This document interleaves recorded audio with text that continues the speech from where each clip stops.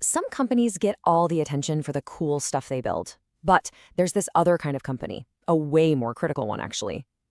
They're valued not for what they make, but for what would totally collapse if they just vanished.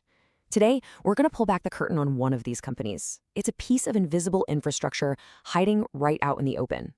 Let's get into it. We're talking about Vishnu Chemicals. So, just think about this for a second.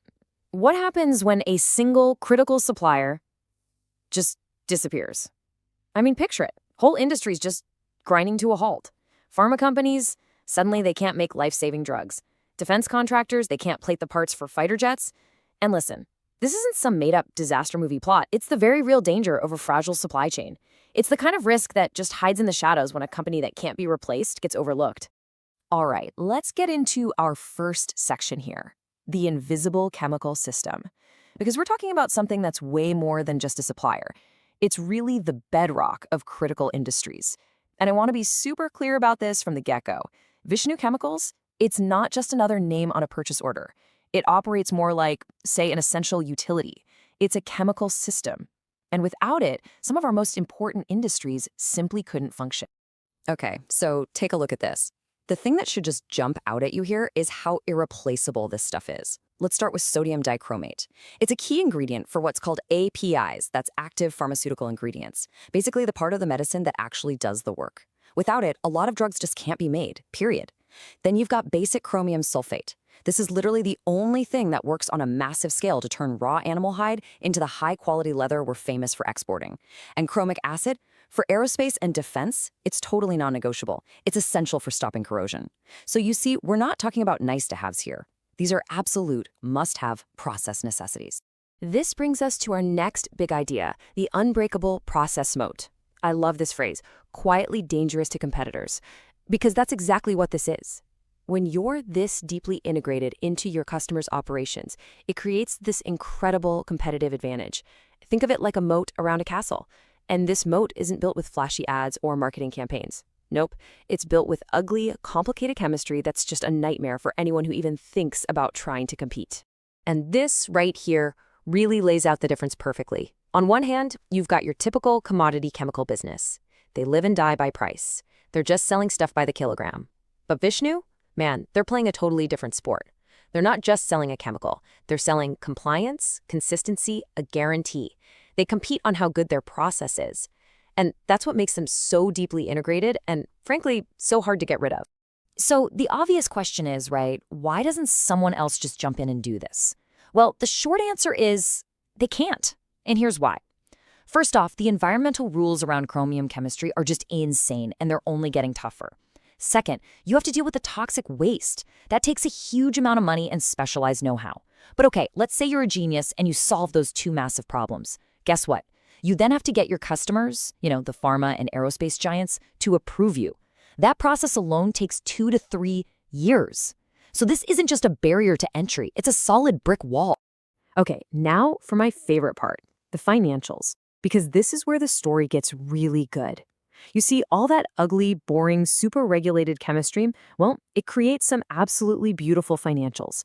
It's a true cash conversion engine. So, what's the first piece of evidence? Well, how about a PATCAGR? That's profit after tax compound annual growth rate of over 30%. And that's over the last 5 years. That's just not what you see from a volatile commodity company. That, my friends, is the signature of disciplined, seriously profitable growth. And if you want the punchline on just how efficient this business is, here it is. A return on capital employed, or ROCE, that's consistently over 30%. Now, in an industry that's often known for pouring tons of money into assets for low returns, that number is just, wow, it's exceptional. It tells you that the people running this show aren't just chasing growth. They're putting every single rupee to work with surgical precision. That's what process superiority looks like on a balance sheet. But look, we all know that impressive profits can sometimes be a bit of a mirage, right? Just numbers on a page. So the real test, the ultimate test of financial honesty, especially in a business like this, is cash, plain and simple. If the cash flow doesn't line up with the profits they're reporting, then the whole story, it's just worthless. So how does Vishnu do on this litmus test? Well, they pass with flying colors. First, cash flow from operations lines up beautifully with profits. That means the earnings are real, actual cash. Tick. Next, working capital is kept on a really tight leash. What does that tell you? It shows they have power over their customers. Tick. And finally, debt is super low, less than half of equity. That gives them the freedom to get through any rough patches without even breaking a sweat. Big tick. Okay, let's just hit pause for a second, because I really want this next point to sink in. It's so important to understand what we're really looking at here. This isn't a story about one good quarter, or even one good year. No, all the evidence, everything we've talked about, it's all pointing to one thing. You are seeing the very early stages of a company evolving from a simple converter into a true specialty chemical platform. All right, next section, discipline in the DNA. We're going to look at the people and the principles behind this whole thing. Because let's be honest, numbers this good, this kind of transformation, it doesn't just happen by accident. It's the result of choices, of discipline from the people running the company. So it's absolutely crucial that we understand their DNA, what makes them tick. And the first clue starts right here with ownership. The promoters, the founding family, they hold about 63% of the company. I mean, think about that. This isn't just some stock portfolio for them, it's their life's work. They have serious skin in the game. And that high level of ownership, it's one of the best signals you can possibly get that their interests are perfectly aligned with yours as a long-term shareholder. And it's not just talk. Their actions prove it, beyond a shadow of a doubt. Look at their track record. They've steered clear of taking on crazy amounts of debt. Instead, they've funded their growth using the cash the business itself makes. They haven't been tempted to go off and buy some flashy, unrelated business. And this is a big one. No pledging of their shares. This is what capital discipline looks like in the real world. It's textbook. So that brings us to the future, the compounding path forward. What happens next? You've got this powerful moat, you've got this incredibly disciplined management. So what does the road ahead look like? Let's try and project out the next 5 years. And we're not going to use pie-in-the-sky numbers here. We're going to use that same lens of discipline we've been talking about. Now, look, what you're seeing here isn't some miracle forecast. This is just the logical outcome when a really efficient, process-driven business scales up. You could see revenue potentially doubling as they get deeper with their existing customers and add more capacity. You could see margins getting better as they sell more high-value stuff. And all of that could lead to profits more than doubling. And the best part? They could do all of this while still maintaining that elite-level return on capital. Okay, so let's tie this all together. What's the core thesis here? It's this.